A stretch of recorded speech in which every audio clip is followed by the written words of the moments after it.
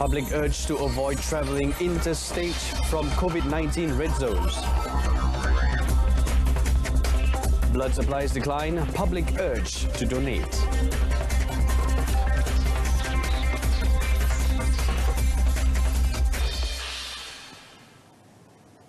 Welcome to Updates at Noon. I'm Brenda Lipol. Now, the public are advised to refrain from travelling interstate from COVID-19 red zones to other areas, especially to the green zone, in a bid to prevent the spread of the virus. The advice was voiced out by Health Director General Dr. Noor Hisham Abdullah following reports about a pregnant woman who tested positive for COVID-19 after travelling from Ampang, Kuala Lumpur, a red zone, to her hometown in Kelantan, which had been classified as a green zone. Hasrat dia ialah untuk melahirkan bayi tersebut di kampung. Tetapi bila dilaksanakan ujian COVID adalah positif, ya.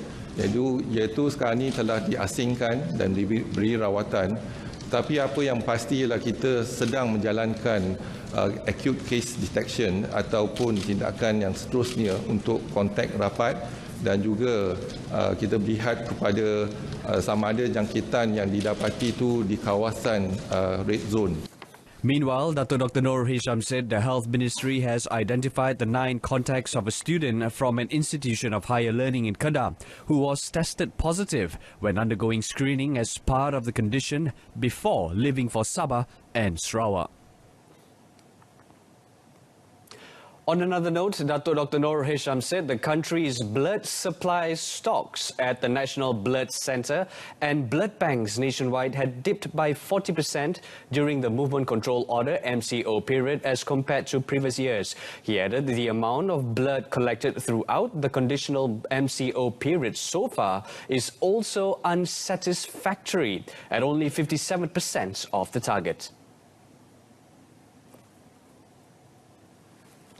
Penurunan kutipan darah ini adalah amat membimbangkan, memandangkan kini lebih banyak perkhidmatan elektif di hospital-hospital Kementerian Kesihatan telah mula beroperasi, termasuk prosedur pembedahan elektif, iaitu penggunaan meningkat daripada purata 9,000 pak darah seminggu kepada 13,000 pak darah pada setiap minggu. Terdapat juga peningkatan kes-kes kemalangan sebanyak 5 hingga 10% yang memerlukan rawatan di hospital.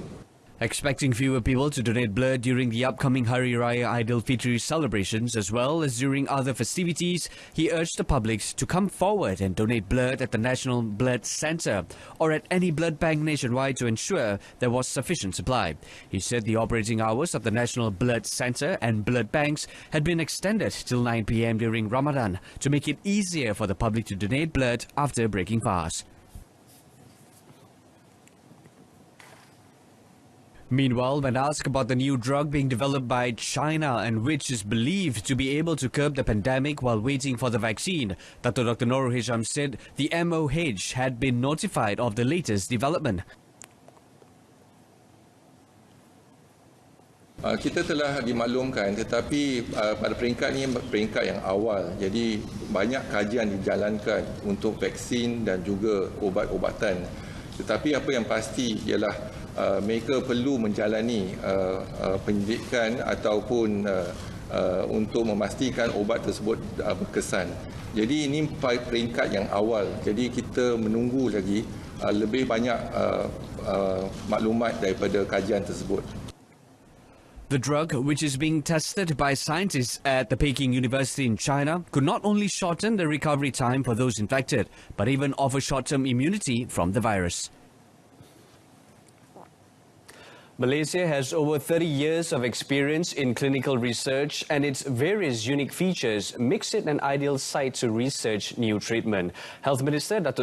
Adam Baba said among the features were ethnic diversity in population, the non-communicable diseases, experienced medical professionals, established medical infrastructures, and a strong regulatory framework. The latest, he said, being the World Health Organization (WHO) sponsored solidarity trial, researching several treatments for COVID-19 infection, in which Malaysia was the first country in Asia to enroll patients in this trial, which proves its capability. Datuk Seri Dr. Adham said clinical trials in Malaysia were highly regulated to ensure the protection and safety of the patients, as studies are required to abide to the internationally recognized standards of good clinical practice. As Malaysia moved ahead towards becoming the preferred destination for clinical research, the number of sponsored research conducted at the Health Ministry's hospitals had also seen a healthy growth. Since 2012, he said, the clinical research industry had brought in a cumulative gross national income of 527 million ringgit in contract worth, as well as creating over 2,000 skilled jobs in clinical research. Datuk Seri Dr. Adham was speaking at the presentation of Clinical Research Malaysia's CRM-sponsored Research Awards in conjunction with the International Clinical Trials Day. The government has always been sensitive to consumer complaints and had begun to control the price of goods since the inception of the Movement Control Order (MCO). Domestic Trade and Consumer Affairs Minister Dato' Alexander Nathalinggi said this when commenting on complaints received that the government was slow in controlling the prices of essential goods ahead of Aidilfitri. Dato' Alexander said the ministry regularly liaises with the Agriculture and Food Industry Ministry to discuss the matter. Kita bertindak dengan secara yang kami rasakan yang paling terbaiklah. Katakan tidak bekerjasama dengan Kementerian Pertanian, tidak betul. Sebab kalau mereka ingat, dalam minggu pertama PKP dulu, kami buat perbincangan dengan industri, pemain stakeholders, pengilang, borong, supermarket. The minister was met after inspecting the festive season maximum price control scheme at a supermarket in Kajang. About the festive season price control scheme, Dato' Alexander said checks had been carried out at all the major markets and supermarkets nationwide. The results of the inspections found the average trader in compliance with the ceiling price set by the government, especially for the price of standard chicken.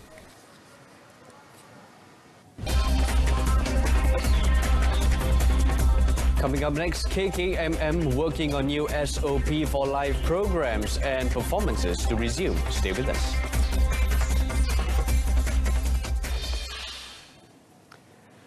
The payment of Zakat Fitrah will not be allowed to be carried out at all mosques and suraus in Selangor on the morning of Aidilfitri. The Selangor Islamic Religious Department JAIS in a statement said the decision was made to avoid the public from gathering at the mosques and suraus on Hari Raya morning, where only the imams, bilals and mosque officials on duty are allowed to be present to perform the Aidilfitri prayers. It said the move is a preventive measure to curb the spread of COVID-19 infection, as previously it has been a norm that the public will gather to pay their zakat at the last minute before performing the Aidilfitri prayers. The statement also urged those who have yet to pay their zakat fitrah to make their payments immediately before Aidilfitri, adding it can be done either via online or with the amil at several selected locations at a specified time set by the Selangor Zakat Board (LZS). The public can contact LZS for further information on the closest branch or on the payment method for Zakat Fitrah.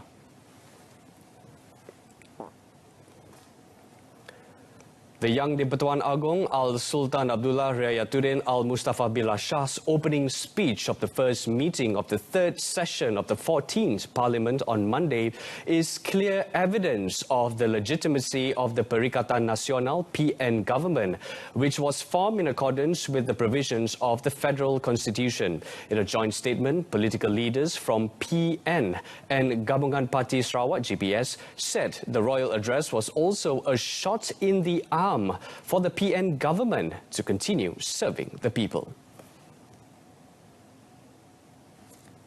The statement said the most important thing for the government is to carry out the trust to ensure the well-being of the people.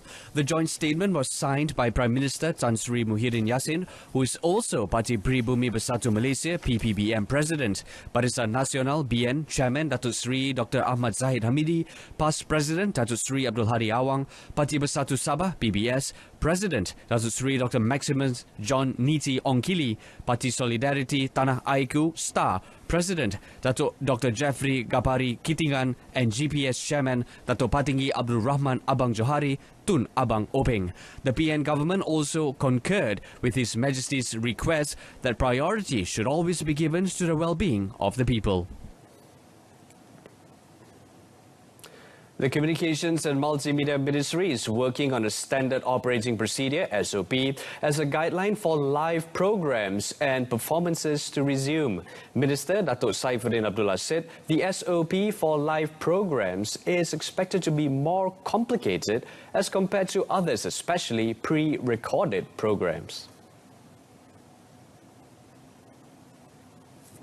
Sekarang ini kita juga sedang berbincang satu lagi SOP yang ini lebih rumit, iaitu untuk live events. Memang belum ada apa-apa keputusan, SOP-nya sedang dibangunkan. Besok saya ada pertemuan dengan mereka, dengan wakil Kementerian Kesihatan untuk develop SOP untuk live events.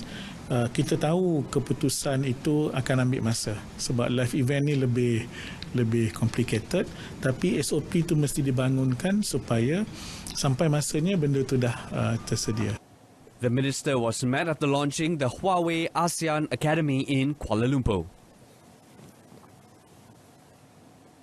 The Federal Agricultural Marketing Authority, FAMA, has distributed 5 tons of vegetables and fruits to 10 central kitchen locations under the Social Welfare Department. Agriculture and Food Industry Minister Datuk Sri Dr. Ronald Kiandi said the food supply contributions would benefit 1,357 individuals. Among the central kitchen locations involved are Asrama Sentosa, Rumah Kanak-Kanak Tengku Budria, Sekolah Tunas Bakti Sungai Besi Kanak-Kanak, and Taman Sina Harapan Tengku Ampuan Najiha. The minister said FAMA had also worked with the Malaysian High Commission in Singapore to provide contributions in the form of dry food products produced by small and medium enterprises to 150 Malaysians stranded in the Republic during the Movement Control Order MCO period. He said FAMA had carried out 43 CSR initiatives nationwide throughout the MCO period in which contributions were distributed to welfare homes, associations as well as frontliners. Johor Police arrested 35 people for allegedly attending wild parties during the Conditional Movement Control Order CMCO. The arrests involved 21 local men and 14 women, 7 of them Vietnamese nationals, in raids at 2 homestays in Senai. The Johor Narcotics Criminal Investigation Department NCID Chief ACP Muhammad Afzanizam Yahya in a statement said all suspects aged between 16 and 38 failed to provide any reasonable excuse to gather in a group whilst compromising the social distancing SOP. He said police also seized ketamine and ecstasy pills and urine tests found 28 of them positive for drugs. Investigations also found that 3 of them had previous crime-related offences. ACP Muhammad Afzanizam said the group are remanded for 7 days until the 25th of May, and the case will be investigated under the Dangerous Drugs Act 1952 and Regulation 15 of the Prevention and Control of Infectious Diseases Regulations 2020, as well as Immigration Act 1959-63. That's it from us this afternoon in our top story. Public urged to avoid travelling interstate from COVID-19 red zones to prevent spread of COVID-19.